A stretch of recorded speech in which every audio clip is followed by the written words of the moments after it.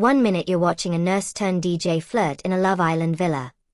The next, he's juggling Grammys carpets, magazine covers, high-profile interviews, and an invite to play in the NBA All-Star Celebrity Game, all while planning a secret Valentine's surprise inside an actual stadium.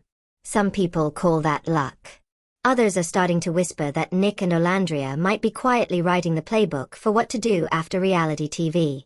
Because behind the cute Valentine's everyday quotes and soft launch hints about Kia Stadium, there's a pattern, calculated moves, back-to-back bookings, and a relationship that's being treated like both a love story and a business. In this video, we're breaking down how Nick went from Villa Boy to booked and busy, what he really tells Olandria when the cameras are off, why Revolt is calling them a modern blueprint, and what on earth he might be planning for her at the exact same arena where he'll be playing under NBA lights. And once you see how every little moment connects, you might not look at their Valentine's plans, or their entire brand, the same way again. Right now, Nick's life looks like one long highlight reel, but when you line everything up, it starts to feel almost unreal. In just a short stretch of time, he's hit the Grammys red carpet, pulled up to Clarence's Sugar and Shine Valentine's affair, sat down for an exclusive with Daily Mail, opened up in a Revolt feature, posted from what looks like major office meetings at Ma, and somehow is still on the road DJing city to city. And in the middle of all that, he's gearing up for the NBA All-Star Celebrity Game at Kia Stadium. On Snapchat, he admitted it himself. Low-key, every little moment has been leading up to this game. He wants to be mic'd up, he wants people to see the side of him that comes out in team sports, and he's already promised to play like it's Game 7 of the NBA Finals, whether he scores 1 point or 51. For a guy who once stuck to swimming so he didn't have to rely on teammates, that's a huge shift. This isn't just a cute one-off booking. It's a crossover into a whole new lane. But what makes this moment even crazier is that he's not just treating Kia Stadium like a career milestone. He's quietly turning it into something way more personal too. When Nick was asked about Valentine's Day, he didn't even blink. He said they're actually celebrating the day before, then casually dropped the only hint anyone's getting. It's happening at Kia Stadium. Same place. Same day. As the NBA All-Star Celebrity Game. That's not a dinner reservation. That's a statement. He kept it vague, no details, just that she's coming through and they're doing something special. Then he hit everyone with, "It's Valentine's every day." Like the game is just extra. But if you really think about it, mixing a major televised event with your relationship isn't regular behavior. It's the kind of move that has people wondering what he's lining up behind the scenes. Fans are already speculating online. Is he planning some kind of courtside surprise? A Jumbotron moment? A shout-out on the mic? A proposal is probably a stretch, but the way he talks, it's clear he wants that night to mean something more than just points on a stat sheet. Because when your Valentine's plans are literally inside an NBA arena, it stops being just romance, and starts looking like part of a much bigger game plan. And if you think that sounds dramatic, wait until you hear what he told Revolt about where he wants to go next. When Revolt asked Nick what he actually wants next, he didn't give small answers. On his bucket list, DJing EDC Orlando, one of the biggest festivals in the world. Modeling-wise, he wants to walk a runway at New York Fashion Week this September. And then he dropped the real one. Dancing with the Stars. He flat out said that's his biggest goal and he's hoping to get cast in the next few months. In his words, he's ready to turn on his moves and turn up for everyone watching. Look at that lineup. Global Music Festival, High Fashion Runway, Primetime Dance Show, NBA Celebrity Game. None of those are random. They're all high-visibility stages in completely different worlds. Music, fashion, sports, network TV. That's how you stop being the guy from Love Island, and start becoming a name people recognize for multiple things. And when Revolt called him and Olandria a modern blueprint for what's possible after reality TV, it honestly didn't sound exaggerated anymore. But for a lot of people, the real proof that this isn't just a solo grind is how he talks about her when the question isn't about business at all. When Revolt flipped the conversation to Olandria and asked what he tells her that he never wants her to forget, Nick didn't go for some corny, rehearsed quote. He kept it simple. "You're beautiful. You're great. I'm proud of you every day. Then he added the part a lot of people missed. In a world with so much hate, he wants her to know she's loved, not just by him, but by both their families and a lot of fans. And that hits different when you remember the amount of pressure she's under. She's on carpets, magazine covers, brand campaigns.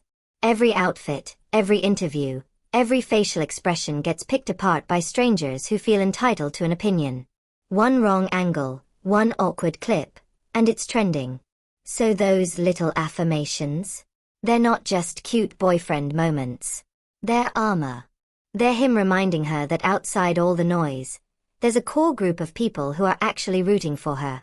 At the same time, whether he means it this way or not, it feeds perfectly into their public image. The couple that loves loud, protects each other, and moves as a unit. And that's exactly why people don't just see them as a romance anymore.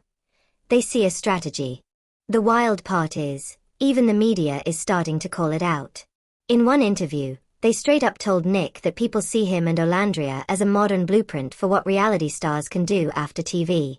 Magazine covers, constant bookings, brand deals, events. They're not just showing up, they're showing people how to move. When he was asked what other reality stars should think about if they want to branch out, he didn't sugarcoat it. He said don't sleep, hustle, and remember you only have a short window to get a lot done.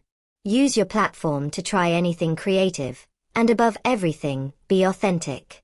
That's what people connect to. He even admitted he went into Love Island expecting nothing, and somehow walked out with everything he could have wanted. Fans and blogs have definitely picked up on the pattern. Some say they're not just partners, they're business partners. Running a shared brand, choosing projects that make sense for both names, moving like a unit. Others argue it's just real love that happens to be profitable. Either way, whether it's intentional or not, they're operating like a two-person company.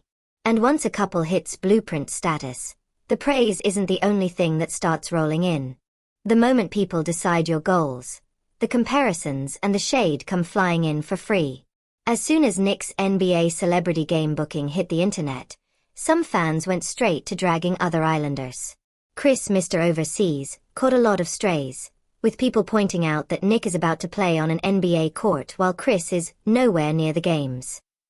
That's not Nick saying it, that's pure fan chatter, but it shows how quickly the internet turns one person's win into someone else's L. Nick seems very aware of that energy.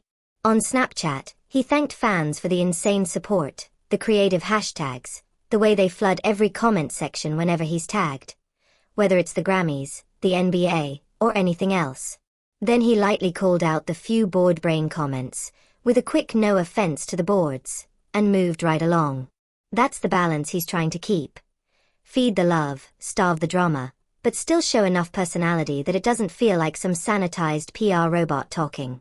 Because as polished as the interviews and right UPS look, there's still a chaotic, disgusting, totally human side of Nick that keeps slipping through the cracks. If you've only seen Nick in tailored suits and icy chains, you'd think he lives in permanent HD. Then you see him nearly gagging over a filthy camera and suddenly remember why people liked him in the first place.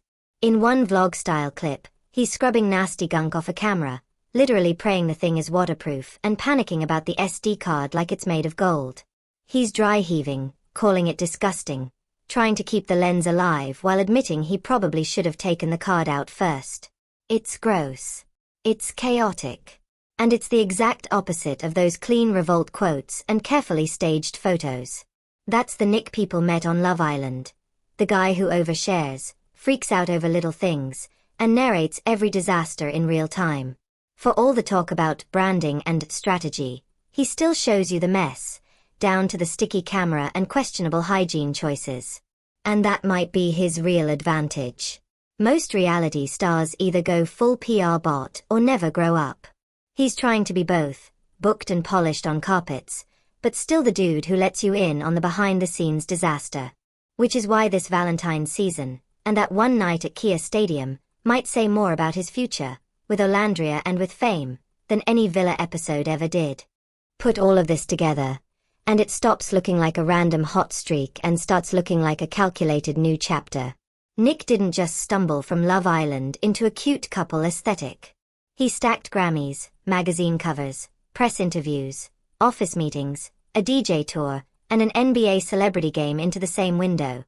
Then folded his relationship into the middle of it with a stadium Valentine's plan that literally shares a stage with his biggest booking yet. At the same time, the way he talks about Olandria, simple affirmations, constant pride, always stressing that she's loved in a hateful world, feeds into this image of a couple that's both real and ridiculously strategic.